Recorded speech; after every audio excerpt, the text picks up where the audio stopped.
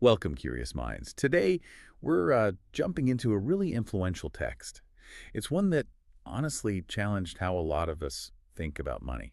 That's right. We're talking about Rich Dad, Poor Dad by Robert Kiyosaki, a classic. Exactly. And our mission today is to really pull out those core financial ideas, contrasting the, let's say, traditional poor dad view with the rich dad's more unconventional approach.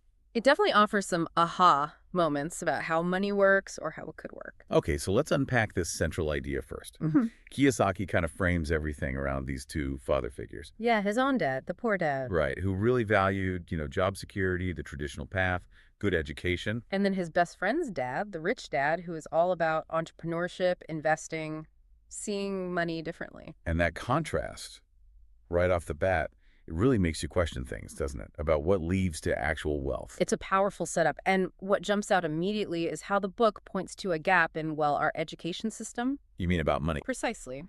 Traditional schooling often doesn't really teach practical money management, does it? Not really, no. More focused on getting a job. Exactly.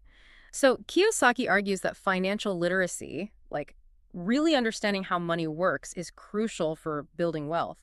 It's something you usually have to seek out yourself. Sort of breaking away from that standard script. Yeah. Go to school, get a good job, hope for the best. Right, because that script, he suggests, can leave you financially fragile even if you earn a good salary. Okay, so if traditional education isn't the whole answer, this brings us to maybe the most talked about part.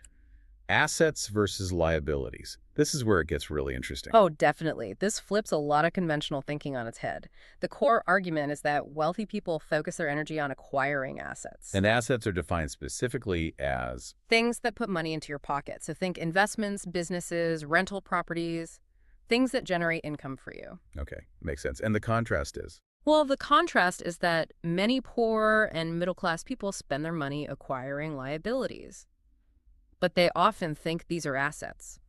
okay. Yes. Give us the big example. The main one Kiyosaki uses is your personal home. Right, which feels like the asset for most people. Exactly. But he argues it's often more of a liability because it takes money out of your pocket every month. Mortgage, property taxes, insurance, repairs. It doesn't typically generate income unless you're, say, renting out a room. That's a fundamental redefinition for a lot of folks. Yeah. So understanding that difference is step one. How do you actually start acquiring these true assets then? Is it just about knowing the definition? Well, knowledge is key, but it really starts with mindset. That's another huge principle in the book. The difference between the two dads again. Absolutely. The poor dad mindset values security above all. Find a safe job, stay there, Avoid risk. pretty much. Whereas the rich dad mindset embraces